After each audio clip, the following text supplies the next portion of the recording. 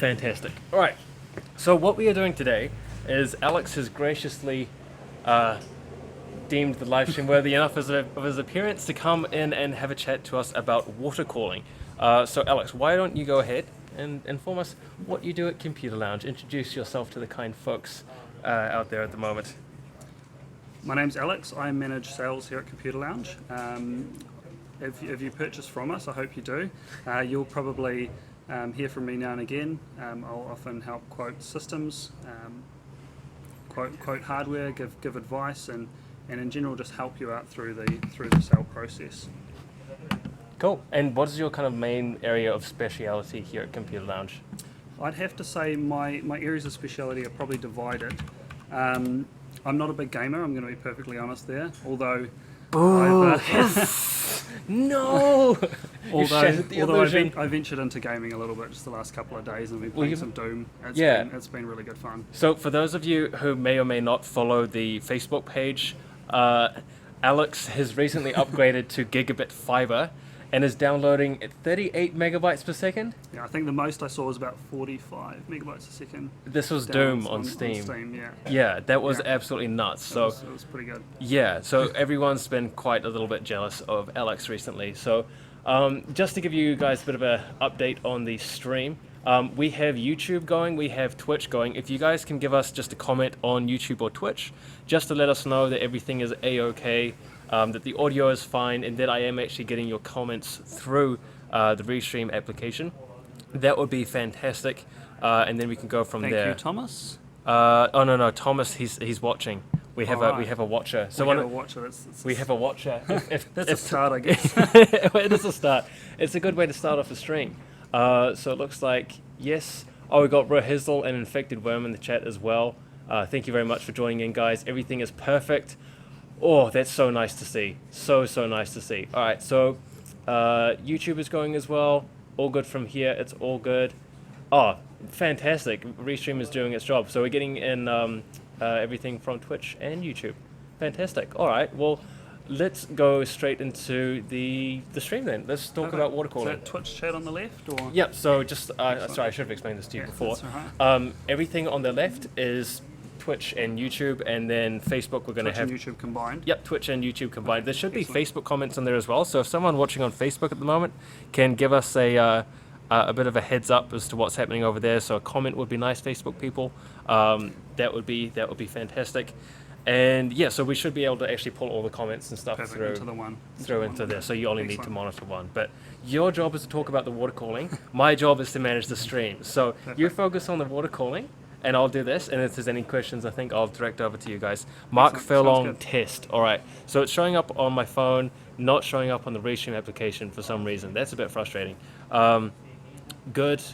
All right, it's delayed. I'm going to restart the Restream application just one time, and then we'll kick into the stream. There we go, Restream chat. Run. Sorry about this, guys, but we will get straight... Oh, Blair Richards is here as well. Okay, cool. We've got some regulars in chat as well. So just to kind of introduce the stream again, so we've got Restream chat up and going. Man, my thoughts are dancing around like a madman at the moment. We are going to be talking about water cooling. So one of the big things about water cooling, at least, is that it's a reasonably complex topic to the uninitiated, and I'm sure... It certainly is, yeah. And it's a well-debated topic. Yeah. There are people who have gone to the end of the earth to test different configurations, the benefits, the drawbacks, pushing every day to get 1 degree less of temperature in order to achieve their target overclock, for example. What we do here at Computer Lounge with water cooling is we focus on both the cooling itself, the performance of the cooling system itself, and the aesthetics as well. So that's something we'll talk about later on. For sure. Yeah. Cool. So as we were saying, water cooling, a little bit complex, and our kind of goal here today is to at least give you a bit of the basic understanding of what water cooling is, what each of the components are, how to actually build a water-cooled system, and the fact that it's not actually so scary after all, but the fact that there is definitely an art to it. There are some things that can go wrong with water cooling, There are definitely a few things that can go wrong with water cooling. So we'll kind of give you a bit of an overview as what water cooling is, why you do it in the first place, as well as some of the nitty gritty is, maybe how to choose components and stuff like that. So I've actually got a list here. But Blair Richards says, love the artwork. I've got to say CJ. So CJ is one of the graphic designers here. Oh, dude, we're on the wrong side. I feel as though we're on the wrong side. We're on the wrong side. Should we switch? Yeah, let's switch. Okay, let's switch. Because otherwise it's just confusing. All right, you want to go in behind? Oh, don't say that every day. All right, I'll kind of move everything over this way, and then we'll get started with the stream. So, when this all gets and up, you can just pass me over the parts when Oh, required. yeah. That's not a problem. cool. Oh, this will be interesting. Just lift Yeah, I them didn't off think to your about that. side. All right, so now we're on our right sides. It's a lot of fun though. You guys call that thanks for the video and ultra wide monitors. Hey, no problem. That was absolutely no problem. I enjoyed doing that. Enjoyed doing that video. So as you can kind of see from the avatars and stuff like that we've got going, one of our designers kind of created a custom avatar for each of us. We actually did the whole staff because we ended up laughing so much at the first two. As you can see, I wear my Corsair jersey and I have glasses and a beard. I should grab my glasses actually. And Alex has got his nice computer lounge suit on. He's got the tie. He's got a little mobile phone and computer lounge, everything. So it's cool. Anyway, we should head into the water cooling section of this particular stream. Kind of move that over here. Yeah, So well, just to give everyone a bit of context as to Alex's background in water cooling. How did you get into water cooling and why did you get into water cooling? All right, now, like many others, I just wanted to go the next step with my PC. I'd been running an air-cooled setup for a couple of years at that stage, and I wanted to be able to experiment with overclocking the components in my system, and I knew the natural, the best way to proceed with that would be to get my temperatures down as low as possible. Now, there are a few options. Obviously, you've got your air-cooled, just your simple heatsink fan solution. You've got your liquid cooling solution, and you've also got liquid nitrogen. Sorry. Yeah. Which is crazy and stuff. phase change and a few other.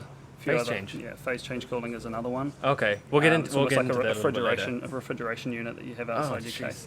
Didn't Linus try put like a PC into a refrigerator or I've something? seen that. I've seen that one, was kind of cool. So there are options out there, but water cooling is definitely the most common and the most popular for a variety of reasons, which we'll probably go into later on. So what was your kind of first foray into water cooling? What was your first rig, so to speak, that was water cooled? So I had my first water cooled system was an AMD setup. It had You'd probably need to have water cooled an AMD system, to be honest. Yeah, it was an FX 8320 8-core processor.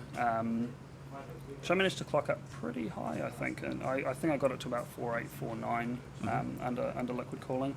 I eventually added a few 7970s into the loop as well, which were all liquid cooled. So there was definitely a lot of heat was being generated by the system, and it needed to be managed. It needed to be managed, and it allowed me to overclock the components. I can't recall off the top of my head what clock speeds I managed to achieve, but it made a substantial difference to my temperatures. Cool. Yeah, so there's definitely a lot of opportunity to bump up the clock speed in your components and achieve extra performance as a result of liquid cooling your system. Cool. Awesome. All right. Well, that question's gone. I just thought I'd kind of bring this up because you guys can't actually see what we've got on the desk here. We have a lot of different bits and bobs that, like parts and stuff like that, we're going to go talk about a little bit long. It wouldn't take long to boil the jug. We also have some tubing as well. And depending on the number of likes and shares I see, we also have a hammer. So something may happen along that, maybe to show the comparison and strength between two different tube types. I don't know. Maybe if we see some likes and stuff like that, we'll get onto that. That's what you guys want to see.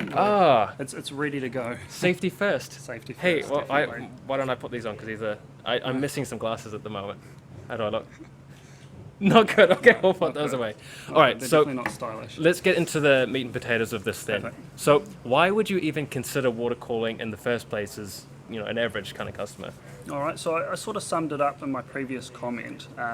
If you want to go that extra step and you want to achieve, the next level of performance, you'll reach a point where you've got the most powerful hardware out there. It's either that you've got the most powerful hardware out there, or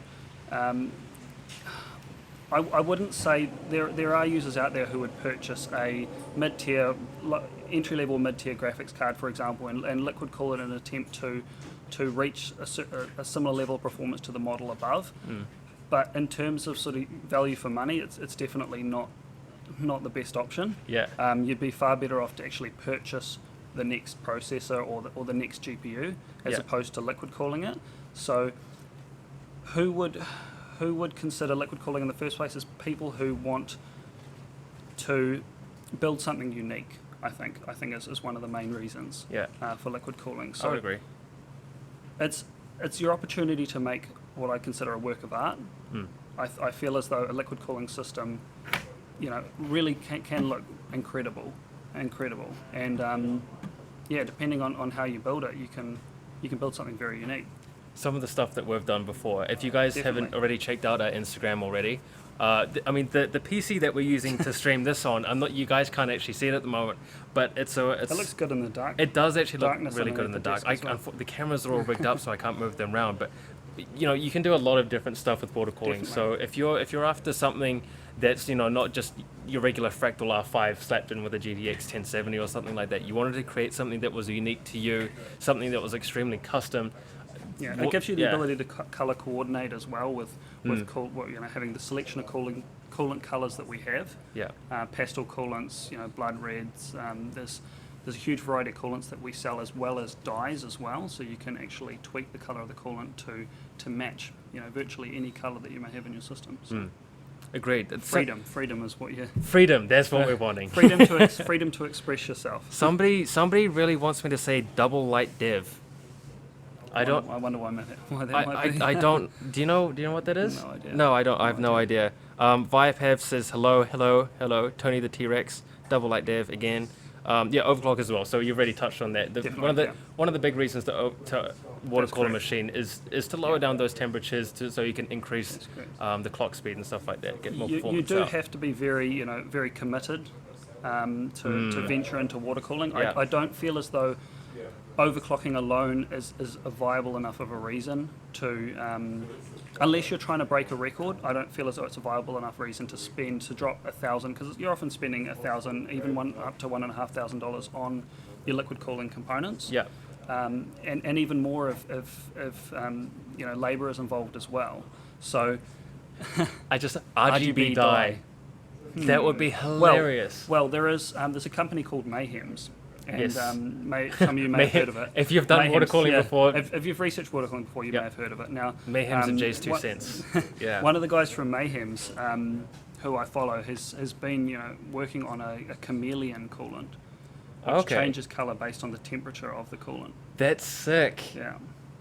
That is really cool. So you can literally look at your computer at the coolant, coolant colour, and you get a rough idea of what temperature the loop is at. AMD, it would always be red. It would always be red. Yeah, the volcano color. That's when you really got to push things down. I think the trick was to get the colours into a logical sort of order. I feel as though the hottest temperature was blue and the coolest temperature was red or something along those lines. When I last looked at this was a few years back when I was working on the coolant. Oh, that would have been really cool. But I don't know if that ever went into production. I don't think it did. But he was definitely playing around with the idea. Yeah. Right, so we've talked about some of the pros of water cooling, some of the negatives then, because water cooling isn't this super easy solution to slap a water cooling rig on your PC, all the components and stuff like that, and all of a sudden, oh my god, it's magically smooth. What are some of the drawbacks that would happen when you're going about trying to water cool a machine? So I feel as though the first drawback we have to touch up on is cost. Yep. A lot of people ask, why do water cooling components cost as much as they do? And the reason is the demand is just not high enough. Although the demand has increased exponentially over the years, it's still not high enough. The components aren't being produced in a high enough quantity to bring the prices down. But I'm sure the prices will slowly drop over time. Yeah. So it's a big commitment in terms of cost. Yeah. There's also a lot of opportunity for something to go wrong. As you'd expect, water and electricity don't mix. Yeah. Water is conductive, and if you spill it on a component that's powered up, you're almost certainly going to cause damage. Yeah. So I feel as though those are the two main drawbacks It- for liquid cooling. If you have, this just a question for my own personal curiosity. Yeah. You wouldn't be putting conductive fluid like water, for example, inside of a loop. It would be just like distilled water or something, right? That's correct, but it still has a level of conductivity. It's not Right. completely non-conductive. Okay. Yeah. Cool. I'm not sure if any of you guys follow. He's called. He was previously Awesome Source Network. Yeah. He's now known as Bitwit. But he did a water cooling video where he was basically filling up one of his loops, and his loop kind of went around and up, and he hadn't put the radiator on then. He just Yeah. kind of had the open hose going out to where the radiator would be, and he forgot to close off that loop. So he was filling up the PC, and he turned the pump on, and it just went whoosh, straight out, and it got all over the power supply and everything. It was just, wow. yeah, accidents do happen. That's right. You have to be very careful. I mean, it's definitely not something for the faint-hearted. I feel as though you need Some kind of guidance. yes, you definitely need guidance. Yeah. But I feel as though you have to be very, very cautious. You have to proceed with caution because if you don't, you know, there's the possibility that you lose a motherboard, you lose a graphics card. Yeah. So if you are concerned about that possibility, our technicians, you know, are more than happy to assemble water-cooled systems Yeah. for our customers, and they've got a lot of experience doing so. So if you're interested in the idea of water cooling a system but don't want to go to the level of doing it yourself, Yeah. that option is always there. So would you say the first time building a PC, water cooling probably isn't the best way to go? I'd have to agree with that. Yeah. There's already enough Okay. that can go wrong building your PC for the first time, especially if you're just watching a couple YouTube videos and putting a computer together. Yeah. You know, it can go wrong. It can go wrong, and the same as with water cooling. I feel as though you need to take it a step at a time. Try not to bite off more than you can chew. Yeah, fair enough. Yeah. Fair enough. Sorry, we're just getting some comments, and somebody said, "Don't smile." Of course, I'm going to smile. I'm a smiley guy. What if you filled a non-conductive liquid in a loop like mineral oil? Well, mineral oil would be fine because you could put. Yeah, I mean, people have submerged PCs within Yeah. mineral oil. That's something I haven't really looked into myself, but Yep. that's definitely an option. A little bit of an Easter egg. Yeah. Luke from Linus Tech Tips was called Slick because one of the reasons he got his job at Linus Tech Tips was the fact that he made a mineral oil called PC. So they Oh, called wow. him Slick because Yeah. oil. So a little bit of an Easter egg. I'm a huge Linus fan, as you can probably tell. So we've talked about why would you even water cool in the first place, the benefits, the drawbacks. We've also talked about who is water cooling for. I guess this kind of leads on to the question, who is water cooling not for? We already touched on that, but if you could narrow it down and say, if you're this type of person, don't water cool. There are those among us who just want a computer that just works. Yep. You know, and I feel Yeah. as though those people wouldn't want the latest and greatest hardware either, because you know that can present issues in terms of drivers and you know that sort of thing. So I feel as though Yeah. it's the same sort of category of people.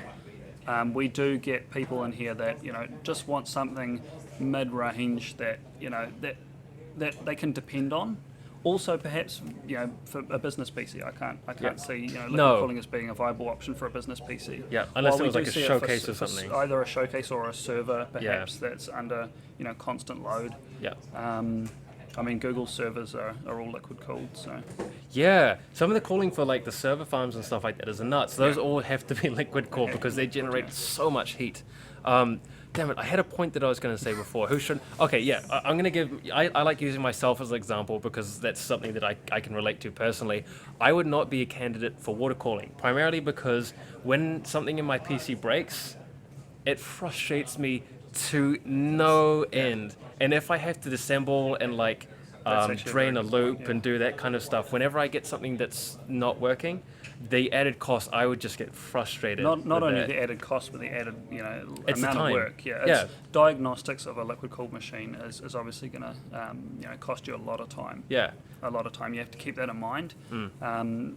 Not only that, changing parts out on your system Yeah. as well. Yeah, upgrading is huge. I mean, try to visualize a desk PC that's fully kitted out with water cooling and changing the graphics card from your GTX 680 to a GTX 1080, for example. Yeah. That can cost you an entire day. yeah. It's a complex liquid cooled machine can take up to a day to disassemble. And that's like, again, for me, a lot of you, I'm sure, out there are working full time. Your PC breaks on the Wednesday. You don't have time to fix it on the Thursday or Friday. You're going to have to spend all Saturday going through and doing this thing. And unless it's like a genuine passion. The Battlefield beta comes out, yeah, you can't play it. You can't play it. So, I mean, if I was to water cool, then again, this is not trying to be a sales pitch for Computer Lounge, but if I was to water cool, I would get Richie to build it out back. I would get the 2-year return to base warranty, and if something went wrong on a Wednesday, I'd be like, okay, send it into Computer Lounge, ready to pick it up on a Friday or something like that, or ready to go for the weekend. So we do offer that kind of service. But there was a question, very good question from YouTube. How often do you... So this kind of leads on to the question of maintenance, right? We kind of touched on that before about upgrading parts and stuff like that. Yeah. But we will answer that question, how often do you need to change out the water flush the system? I expected this question would come up. It's something else that's debated quite a bit. It really depends on the coolant used. Okay, we find that most of our customers, most of the customers who come to us for liquid cooled systems tend to upgrade components more often than they maintain the loop, more often than they flush the loop and drain the loop. So, to be honest, you can leave your PC with modern coolants, with the corrosion inhibitors and the the algae inhibitors as well. You can leave your loop for 1 to 2 years, without any issues. And by that stage, you might be wanting to upgrade a component in your loop, so it'll be a case of draining it out and refilling it anyway. So you kind of do both at the same time. So one way to kind of get around that whole custom thing as well is a lot of vendors these days offer, like the Corsa H80i, pre-filled loops and stuff like that, and there's no maintenance required for that. No maintenance at all. They're sealed, pre-filled and sealed loops. Yeah, so there's absolutely nothing you need to do for those. Yeah, so I mean that's one way to get around it as well. And it's all because of the coolants that they're using in the systems. Yeah. Because if you use plain old tap water, give it 2 weeks and the loop's going to look disgusting. It's so annoying. These guys on Facebook, I mean, God, they keep on telling me not to smile, and I can't help but every time I see it is to smile. So, it's good, but also at the same time, I can't help it. Okay, so we've touched on maintenance. That was a very good point. Whoever brought that up on YouTube, thank you very much. We will be talking about, so how did you get started with water cooling? Already gone through that. Maintenance, we've also gone through that as well. The rest involved with water cooling, also gone through that as well. Man, we're blazing through the topics today. We definitely are. What else? Questions soon? So we're going to do like a full Q&A session at the end. So if you need to ask Alex anything water cooling related or anything like that, then we'll be doing that towards the end of the session. But we do have some things that we want to knock out first. Yeah. First one being, so this is something that I really wanted to get across to you guys. I'm not a water cooling person myself, but if I was to get into water cooling, how would I even go about coming up with a loop, finding out what components I need and all that kind of stuff? Because that to me seems to be the most overwhelming thing about daunting, about coming into water cooling is, all of a sudden you're looking at radiators, you're looking at tubing, you're looking at tubing size, you're looking at pumps, you're looking at all these custom fluids and stuff like that, and it's quite overwhelming. So where would you start or recommend that we start? I think the best way to explain this would be to go back 5 or 6 years to when I started looking into water cooling myself. There are guides online. There are builds that you can follow. Another good way to do it is to check out EK's combo kits. So they have kits with all the components included, and you know right away, is there a package deal, right away that everything is compatible. But yeah, I would follow one of the kits. But to be perfectly honest, the most important thing is to make sure that you're set on all your hardware. Make sure you've got the right case to liquid cool in. I think is very important. Just make sure all your hardware is set. So there's your question there. There's 2 ways in which you could angle it. Is the end user building a PC from scratch with the intention to water cool, or are they wanting to water cool the system that they have used for the past couple of years? You want to make sure that the components are set in stone, so that you can then choose your water cooling components from, based on what hardware is in the system. Okay. Case being the most important point to start on.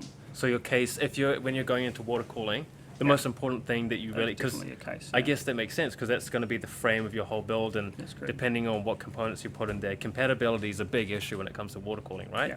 Yeah. That's right. You kind of need to consider every point at once, which is what can make it quite confusing. But you need to think forwards. You need to think back. You need to confirm that your case can house the radiator that you're wanting to install in it. You need to confirm that the radiator surface area is enough to cool the components you're wanting to cool. So there's a lot of thinking and hopefully a lot of planning involved, because if you don't plan, it can all go wrong. You can end up spending hundreds of dollars, more than what you needed to get the loop assembled. All right. So in terms of like what components you actually need to water cool, so you've got your case, right? Say for example, there's so many cases here. Okay, that wouldn't work. We've got a couple of fractal node 2s and stuff like that. But say for example you get your case, and now what? Okay, so you need to first list out the components that you will need in order to cool, let's just say your CPU to begin with, for argument's sake. What I'd like to do is grab the pump res combo that we have over there. All right. Can you please switch the camera I over? can indeed. So I'm going to have to switch to a different setup now. And I can't see because it's not because I am old. There we go. Excellent. All right. Now what we have here is EK X-Res 100 Revo. Alex, there you go. Sorry guys. Right. EK X-Res 100 Revo D5 PWM pump and res combo. Okay. So if that sounded like a lot of gibberish to you guys, I'll explain in a second. Okay. I'm excited. I'm actually learning something on this stream. Now this is one of my favourite pump res combos that EK make. Now, if you haven't heard of EK before, they are a company based in Slovenia in Europe, and they've been manufacturing water cooling components for perhaps 7-8 years now, somewhere around that time frame. So they're very well educated, and they build some quality water cooling gear. Okay, so this here, the base of the unit, we have the pump as well as the mounting system. Now this is the newer Revo designed, it's named the D5 Revo because of the Revo mounting system. Right. It uses there's like Get a bit closer to the camera. Yeah, sorry guys. So there's an anti-vibration, rubber mounts on either side on either side of the clamp, which helps to reduce vibrations sent through to your case, which is very important because the pump motor can, if mounted incorrectly, can send vibrations through your case and end up, you'll end up with a system that's louder than than what it may have been with an air cooling system. Yeah. Okay. So on top of the pump, we have the reservoir. You might need to drop it a guys. bit lower. Yeah. On top of the pump, we have the reservoir. Now, the reservoir will feed coolant into the pump. The pump needs to stay constantly hydrated because it acts as a lubricant for the pump. If the pump dries out, then it will be permanently damaged. So you want to make sure that you have a constant supply of coolant to your pump to avoid that from happening, because that would be bad. These pump res units go for around $200, and you wouldn't want to damage it. All right, so make sure that. One thing I will mention as well is that if you've ever been looking at a YouTube video or something like that, and they're filling up the pump, they do so, and they pour the fluid in, they press the pump, and they circulate all the fluid and stuff through the rest of the loop, and they stop it before. It's like the pump goes dry, right? Before the pump dries out, exactly. Yeah. Exactly. So you need to make sure that your pump's got a constant supply of coolant, okay, in order to avoid damage. That leads us to loop order. I'll talk about loop order while we're talking about the components required for the loop. Yep. Now, in the ideal setup, you'd want to have your reservoir before your pump. Okay. So the pump has got a constant volume of coolant supply. Yeah. That's really the best way to do it is to have your reservoir before your pump. Okay, another component required for the loop. We don't actually have a list. No, we don't have a list. No, that's fine. I know the components required. Okay, so you obviously want a block in order to transfer your heat from your chip. Let's say in this case it's the CPU. Yep. Okay, you want to transfer that heat from the chip to the coolant. Okay, and the way in which you can do that is through a CPU block. Okay, now a CPU block is generally a slab of conductive metals, usually copper. Okay, and that interfaces with the top of your CPU and will transfer the heat from the chip to the coolant itself. Okay, now with the pump pushing the coolant around the loop, you'll have that warm liquid working its way to your radiator. Okay, and your radiator will generally have fans mounted to it, which will, push that warm, reduce the temperature of the coolant using the fans, obviously. So another thing while we're talking about radiators, so a radiator on a computer basically is picture a radiator on a car. It's very similar. It does the same thing, basically. Same concept. So the water is actually I don't want to do any hand thing movements, but basically what happens is the fluid gets pushed into the radiator, and the radiator is kind of split into a number of fins, and so that increases the surface area, of the radiator, I guess. That's correct. Just like a CPU heatsink. Exactly. Yeah. You're just wanting the maximum surface area for heat dissipation. Yeah. So basically, when you increase the surface area, you've got cold air blowing over it. It's got the cold air has got more of a chance to cool down all the hot internals, basically. So That's right. as the water winds its way through all these different fans and stuff like that, it gets cooler and cooler and cooler, and it comes out the other side nice and chilly. Definitely. Yeah. So all right. So we've covered pump reservoir, which is generally purchased nowadays as a combo in order to save space and also to save money. Okay, if you want to do a separate pump and reservoir, that is definitely an option. Yep. And I mean, why would somebody go for a dedicated pump? Why would you go for a dedicated pump? It comes down to your PC is can be a work of art, and you can build your loop in a certain way so that it has more aesthetic appeal.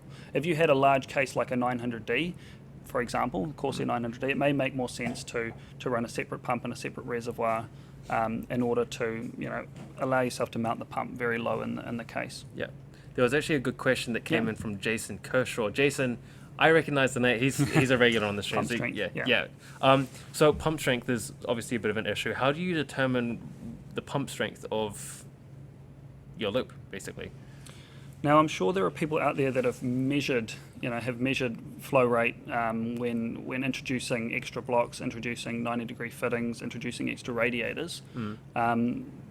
But my general rule of thumb is for a build of up to around two radiators and 2 to 3 CPU blocks, a D5 pump with a flow rate of around 1,500 litres per hour is more than enough. In cases where you're running a hardline tube build with plenty of 90-degree fittings, a CPU block, a motherboard block, a GPU blocks, multiple GPU blocks via a terminal, multiple radiators, it may make more sense to add a second pump because the flow rate will be cut down severely by all the restrictions. But I'd say that 95% of loops, this is the pump res to go for. Cool. Okay, D5, right. D5 pump. Oh, that's a bit of a plug for the old D5 then. Cool. So we've talked about blocks. Yeah. We've talked about radiators. We've talked about pumps. Fluid, I guess we'll talk about a little bit later on. So I saw a question earlier. Does the fluid actually impact on the temperature at all, or does the fluid do its job regardless of what's happening?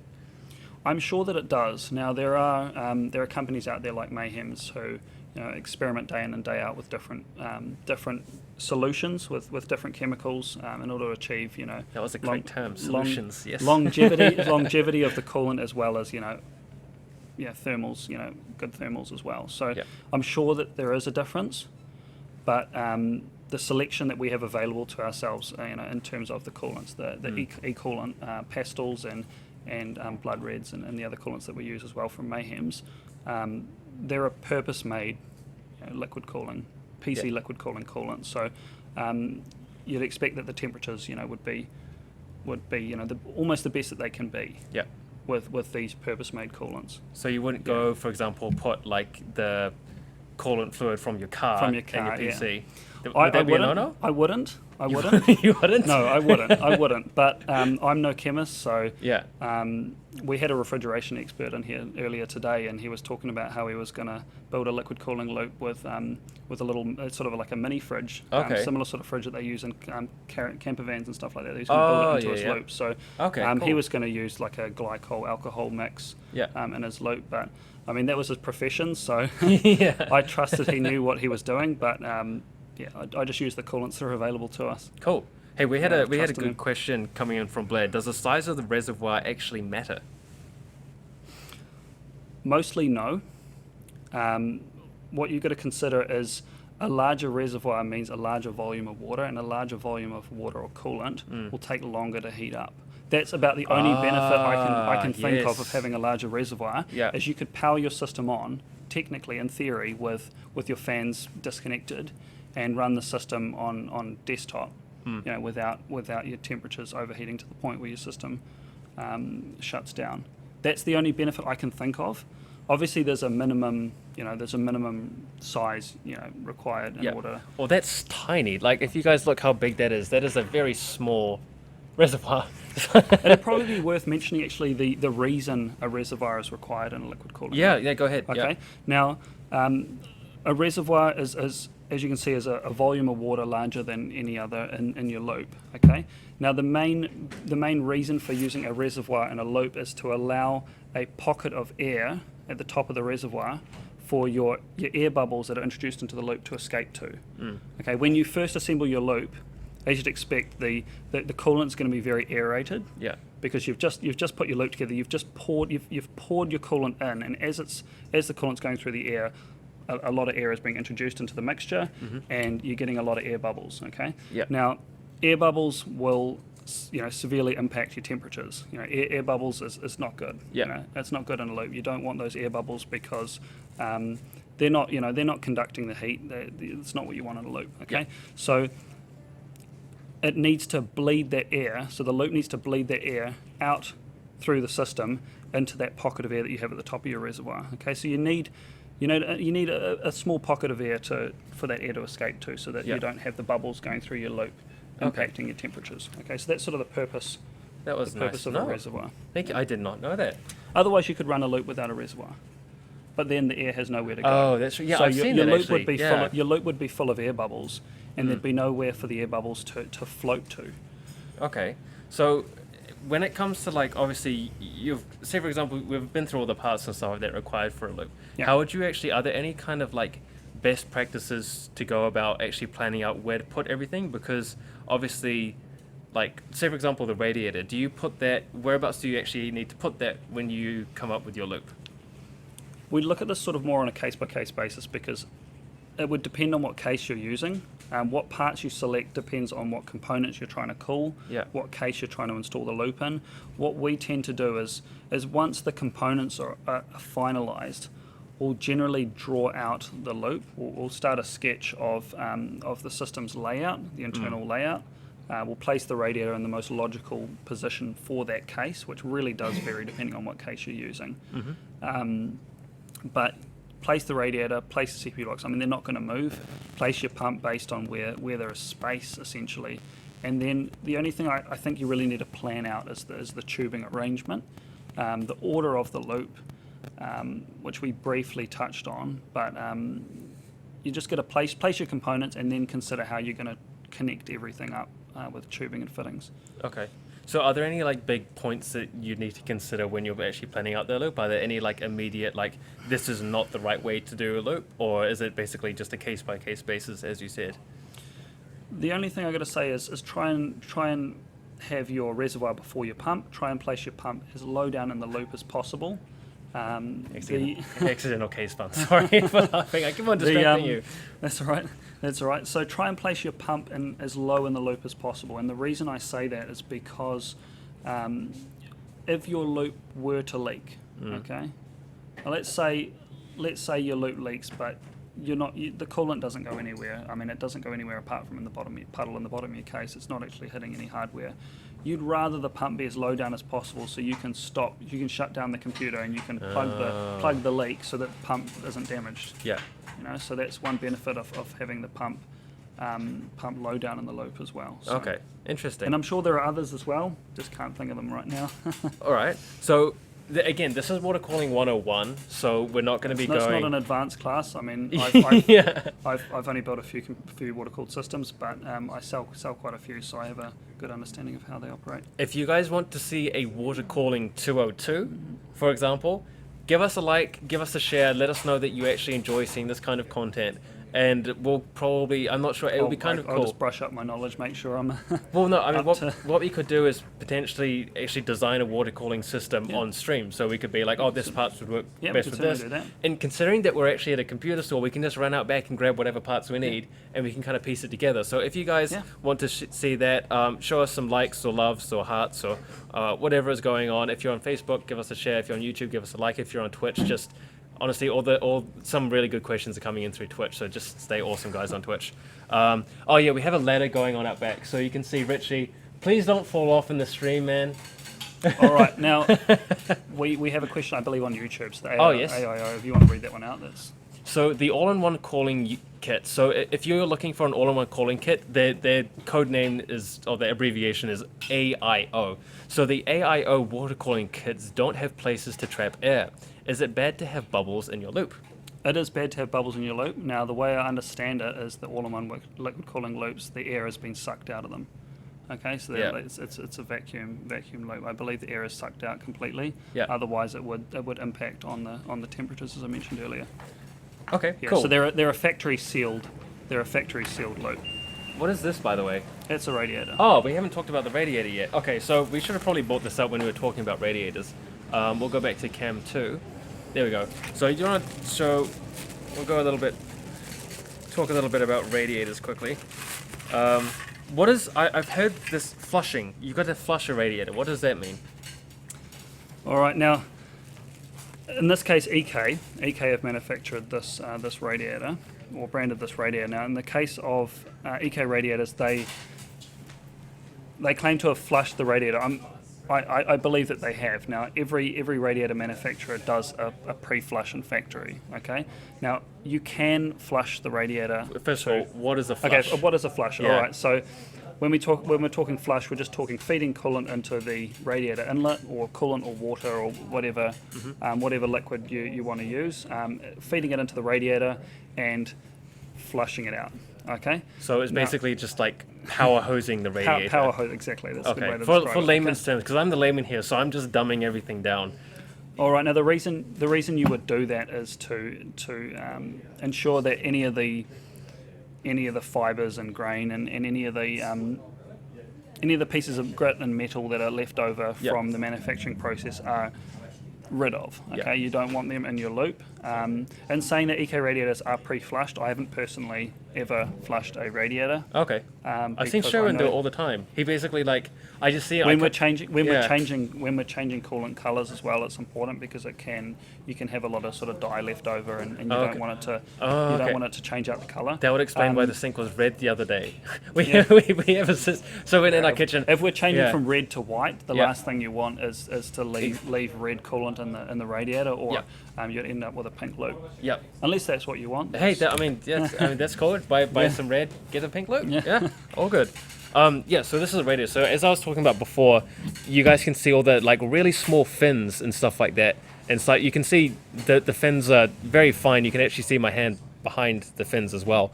I saw there was when people were comparing what kind of radiators to buy, is there anything that any specs or anything they need to look for when you're buying a radiator? You need to consider fin density. Now, the higher the fin density, the more fins you'll get within a certain area. Okay. Now, it's generally measured in FPI, or fins per inch. Okay, so that'd be the number of fins within an inch of. I switched cameras. Sorry. Of radiator. No, that's not a problem. Okay. The one thing to consider is it's not only the radiator that is cooling down your coolant, it is the radiator and the fans. Okay, both of them need to work in harmony in order to drop the temperatures of your loop. Okay, a higher fin density means more of an obstacle for the fans to overcome. Yeah. Okay, so more resistance from the radiator. Higher fin density is a higher resistance, so you need to ensure that you have a fan that's up to the task of getting through that obstacle and cooling I see what you mean. and cooling the entire, every fin on the radiator essentially. You want to make sure you're cooling down as much as possible. You want to make sure you're utilizing the radiator that you have to its potential. Okay, so I'm gonna explain that again, but in terms of my understanding, just to make sure that I've got it right. Just make sure you got it right. So basically, if you have a high, is it FPI? Is that correct? That's correct. If you have a high FPI, that means think about it in terms of, say for example, you have a mesh sheet, right?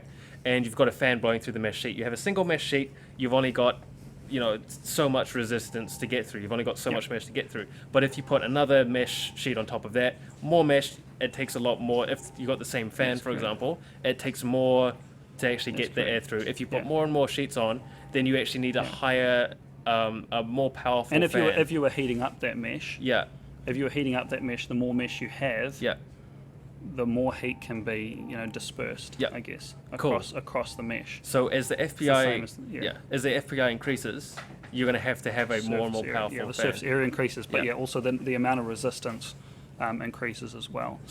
So you'd have to kind of balance out, obviously, more powerful fans and stuff like that. Static pressure fans, for instance. Static pressure is the figure that you want to look at. Now, a lot of people will look at airflow when comparing fans, but to be honest, it's no point having a high airflow fan for a radiator which has a high fin density, or a radiator at all, to be perfectly honest. A radiator or a heat sink is an obstacle for the fan, an obstacle for the fan to overcome. A good analogy is you wouldn't use a fork to eat soup. A spoon would be much more useful. Okay, so you wouldn't use a high airflow fan to disperse the heat of a radiator. You would use a high static pressure fan. And so, I mean, if you want, for example, a high fin density FPI, look at me getting all the terms right. You obviously have to counter effect. A lot of people, when they come into water cooling, want a quiet build. So how do you, if you have a high fin density, obviously having a higher, more, what's the word I'm looking for here? If you have a high static pressure fan, it's going to be a little bit louder, right? Yes and no. I mean, it really comes down to the quality of the fan used. So you've got to consider the specs of the fan that you're looking at purchasing. You'd want something with a high static pressure, but as a trade-off, you're going to get, as you mentioned, extra noise. So depending on the quality of the fan that you're looking at, your noise levels may actually still be reasonable while your static pressure is quite high. So it's all to do with the motors used and the shape of the fins and maybe even the material, the fins and the housing of the fan as well. So there's a lot to consider. What we count on for our water cooling builds is the Noctua Industrial Series fans. The industrial fans are the black IPPC fans from Noctua. They have a very, very high static pressure, so we can count on them to remove heat from even the most, the radios with the highest fin density. Okay, cool. Yeah. Hey, so we've talked about a lot of things, and now it'll be kind of good to start showing you some things, right? Some stuff, yeah. So we're gonna switch back. It's a shame, because I like this layout a lot more. So we may just hold up things. So I have a hammer here. I also have some types of tubing. If I see some likes, we will test the strengths of said tubing with a hammer. I think that'll be kind of exciting. Hammer and tubing, yes. But before we do that, hammer time. I don't think you get the reference. No, I don't. I have a hammer. I have a tube. Oh my god, dude, you're obsessed with that. No pineapple apple pen. So we actually have some props and stuff here. So before we talk about tubing, because that's when we'll actually go and break something potentially. Let's talk about this. What is this? All right, this here is are we going to switch to the other camera? We are, unfortunately. I think we will have to switch to the other camera. All right, you're going to have to bring it up real close. Now, to reach your radiator from your CPU block or your block from your reservoir, you'll need a form of interconnect, which is tubing, either soft tubing, hard tubing, which is available in two different types. There's a variety of ways to interconnect your water cooling components, So you'll need both fittings and tubing. So we have fittings, we sell fittings for all the different tubing types. This particular one here is a hardline fitting. So this particular fitting is designed to be used with the acrylic tubing as well as the PETG tubing. Now this particular fitting has an internal diameter of 10 millimeters and an external diameter of, or an outer diameter of 12 millimeters, okay? What does As that mean? you can see, so what that means is the tubing's available in two different sizes, okay? So you've got 10 millimeters for the internal diameter of the tube Yeah. and 12 millimeters for the external diameter of the tube. As you'd expect, a larger internal diameter will give you the ability to have a higher flow rate, Right. but you generally lose pressure as a result. Okay. So there are two tubing sizes that we sell. They're the most common tubing sizes: 10 mil, 12 mil. We're talking about hardline in this case. Okay. So we seem to have sort of skipped to hardline. But we'll start with hardline. That's fine. So this is a hardline tube. I'm assuming Okay, this yeah, hardline. that is correct. Yeah. We have two Yeah. tubes here, and I can't tell the difference between the two. That's right. They're both technically classified as hardline tubing. Right. Okay. One is an acrylic and one is a PETG And material. What's the difference between an acrylic and a PETG tube? We'll start with what we'll do is we'll start with the fitting sizes. Yep. And just talk about the different types. So 10 mil, 12 mil, as I mentioned, is the smaller tubing size, and 12 mil, 16 mil is the larger tubing size. So Right. with the larger internal diameter, 12 Yep. mil, okay, you have the opportunity to run a higher flow rate in your system. Okay, so if you have a loop that has a lot of restrictions, Yep. i.e. a lot of blocks, a lot of radiators, Yep. it may make more sense to have a larger internal diameter tube to sort of to have less impact on your flow rate. Yeah. Okay, so this particular fitting, Hold up. I'll change camera again. excellent. Okay, this particular fitting is the 10-12 mil hardline fitting. Okay, it's a single O-ring design. Your hardline tubing goes inside the fitting, okay, and your seal is provided by the O-ring. Okay, and then this is a compression collar which screws over top. Obviously you need to thread this through your tubing first. Yeah. Screws over top and provides sort of an extra layer of, in this case it's an extra O-ring, so it is providing a little bit of extra seal Okay. as well, okay, because you want to obviously contain that coolant. You don't want that Yeah. spilling through your system, okay. So this is a dual O-ring design, one O-ring being on the fitting, the main fitting housing itself, or inside the fitting housing, Yeah. and the second O-ring inside the compression collar. Okay. Okay, so screw that tight, finger tight's fine, and that'll keep your coolant contained. All right. Cool. Okay, so that's a bits power fitting, probably worth mentioning. Okay. Yep. This is the same type of fitting, however, this one is from EK. So EKWB manufacture this fitting. Okay. It's the same design, and the compression cap is screwed on too tight for me to remove because this would normally be screwed into your.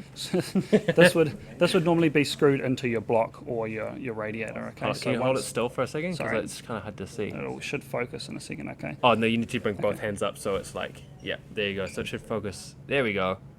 Excellent. Oh, is it focusing? Still Hold a on, bit- you need to bring it up real close and then bring it out a little bit. Yep, there we go, and it should be like, oh wow, There look we at go, that. guys. That's cool. Nice and sharp. Wow. Okay, there we go. So that's Alright. an EK fitting, So right? that's the same Yeah. principle. Okay, you got your fitting housing, and this compression collar covers the entire fitting. Yeah. Okay, so it's just a slightly different aesthetic, but the principle is the same. Okay, now these fittings also dual O-ring design, as you may be able to see. There are two O-rings inside the fittings. So this, Okay. sorry, is that for hard tubing or soft tubing? This is also for hard tubing, so it's Okay. exactly the same as the bits power fitting that I showed you guys previously. Yeah.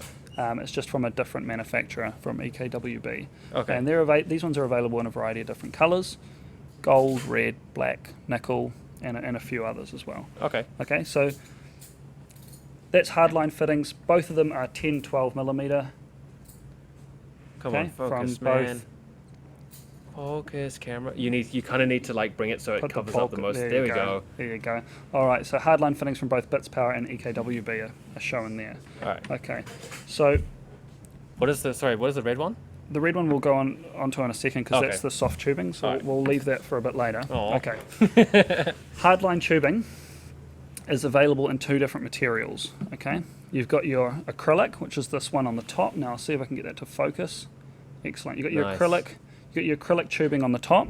Now that's the first type of hardline tubing that was introduced for liquid cooling for PCs. Okay, that's been around for a few years now. it's a bit difficult to work with. I'm just going to pause everyone Yeah, there. that's For right. the people saying that the Facebook quality is average, go straight over to twitch.tv/computer lounge. We're streaming on Twitch at the moment as well as YouTube. So if you wanted a slightly prettier stream where you could actually probably see... Facebook tends to compress while Facebook is terrible while at compressing. streaming, yeah. Damn you, Zuckerberg! But if you want to go to twitch.tv/computer lounge, we're live on there at the moment, as well as youtube.com/c-computer lounge as well. So we're live streaming on everything possible. Thank you to Restream. If you're watching, I know you guys are watching. Thank you very much. Anyway, sorry, get back into All right, no hard problem, tubing guys. types. Okay, so you got the acrylic tubing, okay, which is a very hard. Oh, you might need to backdrop it again Oh, just so it sorry, guys. focuses. Yeah. All right, acrylic tubing is a very hard tubing that is also very brittle. Okay, so it's quite sensitive. Yeah, as we may demonstrate, a bit later on. Okay, Yep. so in order to reach. In order to reach your CPU block from your radiator, for example, or your pump from your CPU block, you'll need to bend this tubing. Okay, now it's a rigid acrylic tubing. It's not bending at room temperature. Okay, you need to heat it up at the point that you want to bend it. Okay, Right. you need to bend it and then wait for it to cool down. Okay, so you need to heat it up to the right temperature, and you need to bend it within a certain amount of time before it cools down, and then you need to hold it at that particular, at that particular angle Yeah. until it cools down. Okay, Okay. so it's definitely not. I wouldn't say it's easy at all. It's definitely something that requires quite a bit of practice. Yeah. And the acrylic tube is quite brittle. Okay, so if you bend it too much, if you heat it up too much, it can break. Right. Okay, so it's also because it's quite brittle. If you had a hard tube build and you for some reason dropped it, Yeah. it's possible that your acrylic tubing will shatter and coolant will go throughout the entire PC. Oh, has so that ever that's happened to anyone you know? that's happened here. Whoa! It's happened here. I did not know that. We had to rebuild an entire machine because one of the warehouse guys dropped it. Oh, warehouse Yeah. guys, man. Yeah, it was a bit of a shame, but no, at least it happened here and not not while it was on board with the courier. This just killed yeah. me inside a little bit. Yeah, so we had to. Oh, This was man. before I started working here, but Okay. but it did shatter and we That had sucks. to reassemble the entire loop. So I'm glad. not fun. I'm really glad I don't have to handle any of the machines apart from the streaming one. That's the streaming machine is actually water cooled and it's Soft tube build. Yeah. It's a soft tube, so if I drop it, then all I need to worry about is the case, I guess. Yeah. So we were talking about acrylic. yes. PETG is the other type of tubing. Okay, so a lot of people favour this tubing because it's softer, and easier to work with. Okay, we'll demonstrate the differences, in a second with a physical demonstration. But it's a softer tube, which means it doesn't require as much heat, in order to bend. Yeah. Okay, so you don't have to concentrate heat on the point Yep. that you want to bend for longer than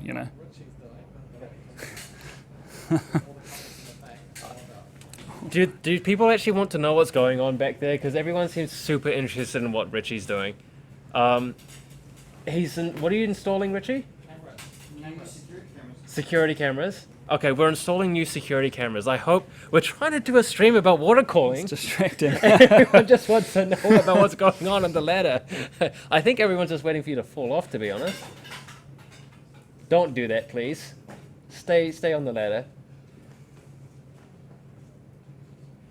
Okay. He's going to stay on the ladder. We'll touch up on those questions. Oh, in a yeah, second, sure. second. But I'll Yep. quickly just recap on PETG. So it's a softer material. Doesn't require as much heat to bend and isn't brittle like acrylic. So if you did drop your build, you're much less likely to shatter your tubing because the PETG is a much softer material. Yeah.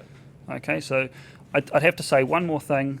Acrylic seems to be a little bit clearer as well. So Okay. I think if you're, if you want the best end result, I feel as though acrylic is the way to go, and that's what we use for the majority of our systems. As well. Acrylic? We use acrylic tubing. Okay.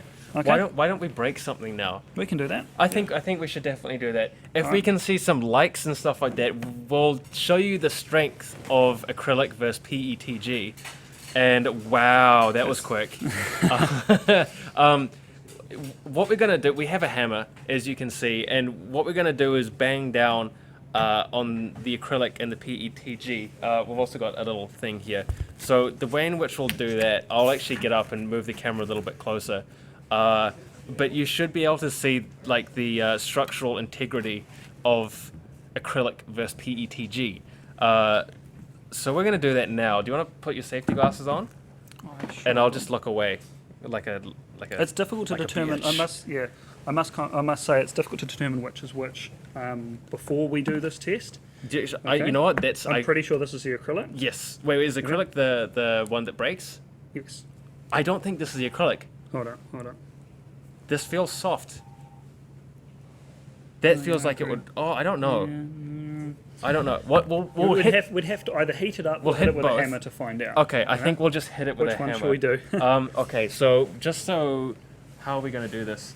We want to get it nice and close, so I'm just going to move this around a little bit and move the camera a bit closer. All right. So we move this around so you guys can see nice and clearly what's going on here. I'm going to pick the mic up and just hold onto this for a little bit and sit down because I don't want the vibrations and stuff like that to actually... Oh, that's so close to my face. No, this is providing quite a bit of padding. So It is? Okay, how am I going to protect my I eyes? still feel as though this is the Please don't hit PETG, it now. So I'll start with what I believe is PETG. Start with a soft one. Okay. Okay, I'm going to have to pick this up. All right, I'm going to move around the side at least.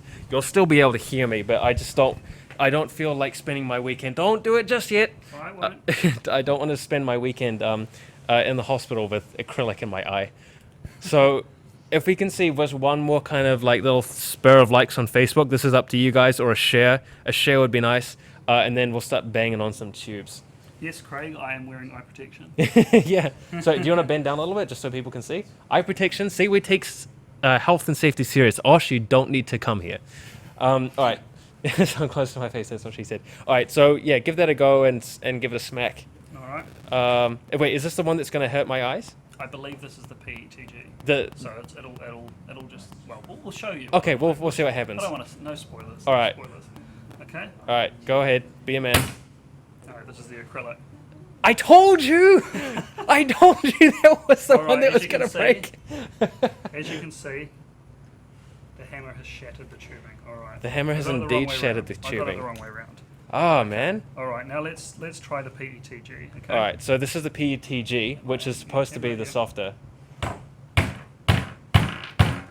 This is providing too much padding. Oh really? Oh, But because as it's you just can digging see- in. As you can see, Give it a good smack, man. it'll still provide. There we go. So if you guys didn't hear that, do you want to... You can't see it that much. Yeah. Okay, I can sit back down now. I'll It's do it. safe. So... Hold on. Richie, come back here. Richie's got the broom. Thank you very much. All right, well, we'll switch it back to the water cooling thing now. There we go.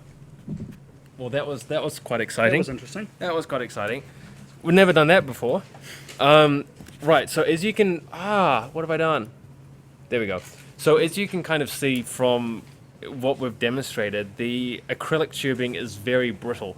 That is correct. Yeah. And it smashes quite easily, whereas when you do that on the PETG, it's a lot softer. It still seems to be quite... Because it's harder and more brittle, it requires more heat to bend. Is my water there, by the way? Is that down the bottom? Your water is here. Thank you very much. I'm very thirsty. Not a problem. Quite parched, as one would say. Do you know what's hilarious? What? You have some acrylic in your hair. I know. Stop. I want to pick it out. Oh, no, it's still there. Hold on. At least it's not in my eye. Yeah. Do you see that? Yeah, You got I see acrylic in your hair. It's either that or dandruff, but I think considering Pretty sure it's acrylic. I'm pretty sure it's acrylic. Okay, so yeah, acrylic goes everywhere. Brittle, PETG. So in terms of like distilling down the advantages, disadvantages really, really quickly into a cliff notes, why would you go PETG? Why would you go acrylic? All right, so PETG is slightly easier to work with. It doesn't require as much heat to bend. Okay, so it's Yeah, it's not as sensitive to the heat. The acrylic, if you heat it up for too long, you have to heat it up for quite a lengthy period of time. But if you heat it up for too long, it can cause bubbling, and obviously that doesn't look pretty. So PETG is easier to work with and less brittle. Acrylic, while it is a bit more difficult to work with, it's slightly clearer. So I just saw 10 that. out of 10 would watch again. Grooming like a monkey. Yeah, that must have looked a bit... I wasn't even considering how that looked to everyone else in the world. My bad. We had these two here, which we sort of... Oh, briefly- yeah. Okay, so Blair Richards, do you want to just read out that question? I've seen a few loops with blocks that call RAM as well. Is that really needed? Most of the time, no. Okay. No. Okay, so that's... I'd have to say 95% of the people that water cool their RAM, they're doing it for aesthetic reasons only. Mm-hmm. Okay, it's not very rare that it's not very common that people overclock their memory, and even when you do, it's not a lot of heat is generated by the RAM. Yeah. RAM quickly becomes unstable when you push it past its rated clock speeds. So Yeah. um, And you don't really get any you're tangible doing benefit it. Yeah, over it either. that's right. You're doing it for aesthetics. Yeah. Okay, so it'll make your loop look more complex, Yeah. and I think RAM blocks look great, motherboard blocks as well. Yeah, motherboard blocks do look You cool. know, Yeah. in a sense, if it's executed right, the busier the build, for water cooling at least, I think the busier the build, the better. All right, so we've done our demonstration with hard tubing, and that was quite exciting. Let's talk about Soft tubing. soft tubing, floppy tubing, as I was about to say. All right, let's move back to camera number duo. This probably would have been a better situation to do it in as well, but soft tubing, as you can see, is quite soft. Quite flexible. Yes. All right, soft tubing is the best way to start out with liquid cooling. It's the way I started out, and it's much easier as you expect. It's much easier to work with. You just cut the tube to the right length to run between your components, and no bending required besides the obvious. Zero bending required. Besides the obvious block A to block B. It's the tubing that we sell, the Primetal tubing, is relatively kink resistant. As you can see, you can do a run that's quite tight. So I don't know if you can see that, guys, but with minimal sort of compression to the top there. So the flow rate would still be quite good even if your components are side by side. So that's really impressive tubing to have sort of a kink resistance like that. Just like the acrylic tubing, the flexible tubing is available in two different sizes. The smaller size being 3/8. The interesting thing is the measurements are metric for hardline tubing and imperial for flexible tubing. Now, That makes no sense. I could try and convert it, but I'm very familiar with the sizes in there. Okay. In their commonly measured states, I guess. So the hardline tubing was 10mm, 12mm, and 12mm, 16mm. Now the flexible tubing, 3/8 of an inch internal diameter, and 5/8 of an inch external. So 3/8, 5/8. And what does that mean? So again, same as with the hardline. Outer diameter isn't too important. Yeah. Okay. Although the only thing you can consider when you're looking at outer diameter is that it'll fit with your fittings. The compression cap, will work with the tubing. Yeah. But internal diameter is what you got to look out for. You want to make sure that you're getting optimal flow with minimal resistance. Okay.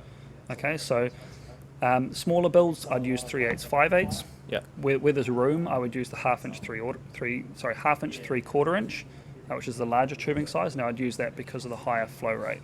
Okay. Hey, we had a question.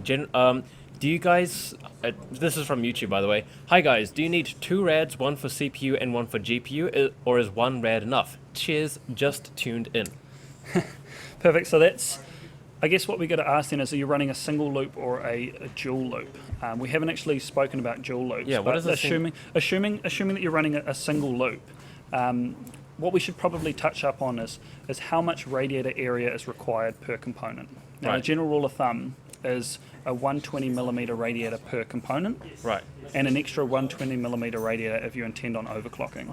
Right. Okay, so if you're running a CPU and a GPU, a 240mm radiator is recommended, Yeah.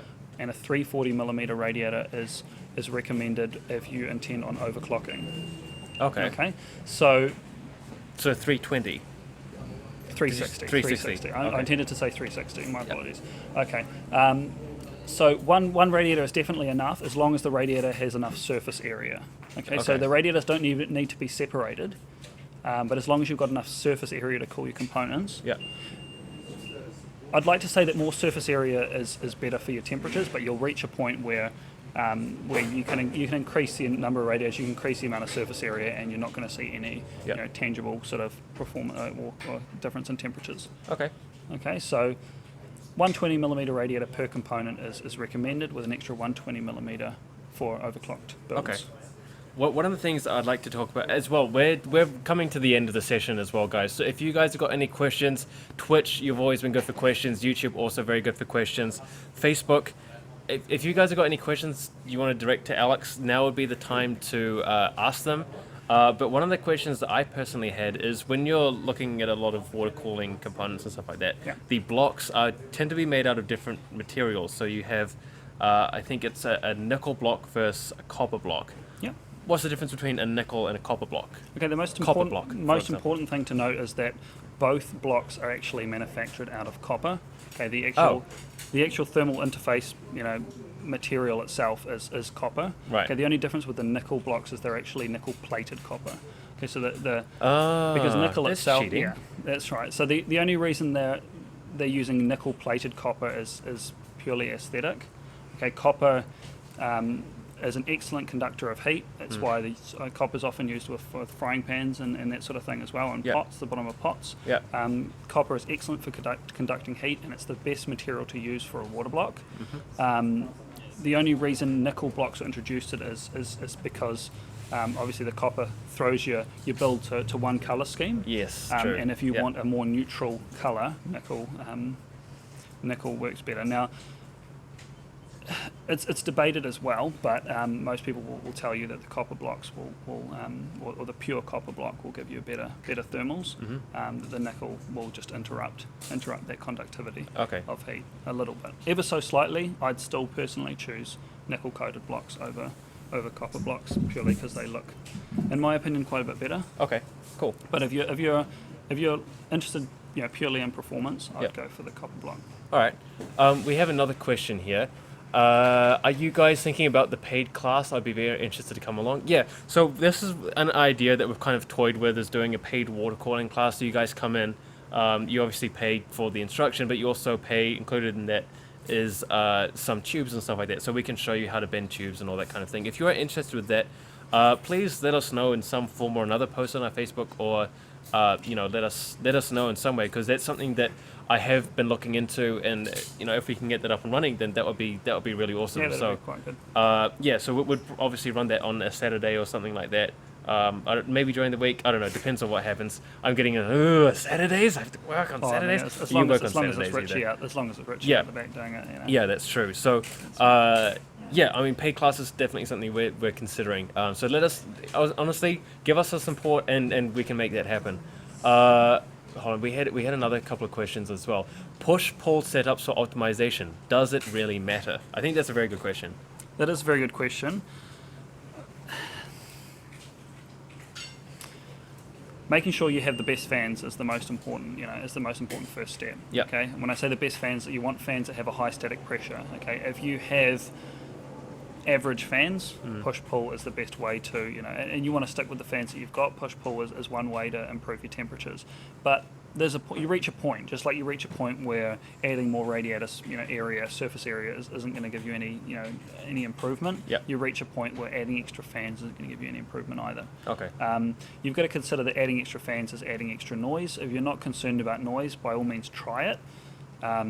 The other week when we had the fan day, probably would have been a good day to pick up some fans to do some experimentation. But by the way, I'll just mention as well, we had a fan day event a couple of weeks ago, raised $240 for Starship. Yeah, we got a letter today saying thank you for your donation. So that wasn't our donation, that was straight from you guys. So honestly, huge thank you very much to everyone who came out and helped make that donation possible. So the kids over at Starship, they're benefiting from your kindness. So thank you very much. We did have another question. Non-water cooling question, why don't you sell MSI video cards? Okay, now there is a reason for that. Yeah. There is a reason for that. Is there's nobody in New Zealand who's actually distributing the brand, at least not the video cards, until someone takes up distribution for the brand. We probably won't be we probably won't be selling MSI video cards.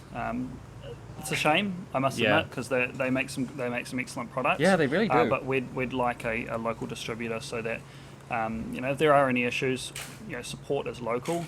We pride ourselves in selling brands that we can get local support on. So if you do have any issues, you're not waiting a lengthy period of time to get your issues sorted.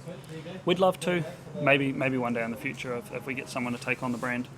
We have another question from Jason Kershaw. Again, Jason, man, pulling out the good questions. Is it okay to mix nickel plated with normal copper? Always been told not to mix metals. It's a very good question. I thought that may come up. I wouldn't if you can avoid it. But in saying that, the coolants used nowadays are very advanced with corrosion inhibitors built in. Mixing different metals in a loop, typically you would introduce corrosion on one metal and not on the other. Right. I don't know which it would be in this case, but So corrosion in this case, what does that mean? so oxidation or rust on the block itself? on the block itself, on the surface of the block. Right. Okay, sorry, not the surface of the block, the internal components in the block, where the coolant Okay. interfaces. So your graphics card would be fine, the block would just That's be... correct. Yeah, that's correct. Your block would deteriorate, and you don't want that. You don't want that at all. But it's certainly you can do it. You can do it because the coolants nowadays have corrosion inhibitors built in. But Yeah. I'd avoid it. I'd avoid it if you can. All right. Cool. Hey, well, thank you very much for tuning in, guys. I think we've reached the end of our allotted time for this particular stream. So for everyone tuning in on Twitch and YouTube, you guys are saints. Thank you very much. For everyone tuning in on Facebook, you too also are saints, and thank you very much. Again, if you do want to see a water cooling 202, where we potentially go through and dive a bit more in depth and maybe come up with our own loop and design it so you guys can actually see the process firsthand, that would be quite cool. So if you do want to see something like that, let us know, because we're going to tailor all of these to what you guys actually want to see and what we what is actually valuable to you That'd guys be as quite well. good. We can get the viewers to sort of help out. It would be cool. So if you guys want to see something like that, give us a like on Facebook, give us a like on YouTube, and let us know. It would be really handy for us to figure out which way you guys want us to head. But we will wrap that up for this rainy Friday afternoon. We will be back next Friday for another live stream. We will announce what's going on with that, perhaps on Twitter or something like that, later on. And we'll be back on Friday. Again, thank you very much to Alex for getting up his time this afternoon. Thank you guys for tuning in. Really appreciate it. Yeah. Thank you. All right, see you guys. I hope See you you later. enjoyed Water Cooling 101 with Matt and Alex. Tune in a couple weeks' time for Water Cooling 202. See you later, guys. See ya.